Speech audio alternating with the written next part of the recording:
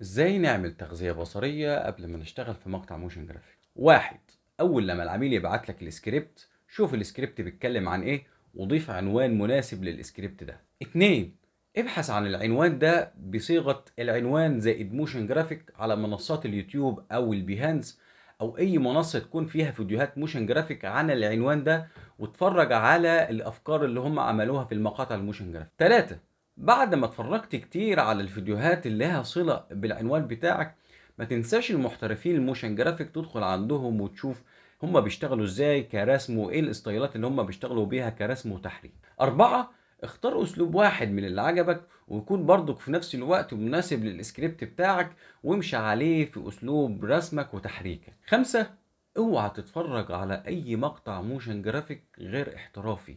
زي ما في متعة بصرية في تلوث بصري. ما تنساش اللايك والفولو اللي جاي أجمل.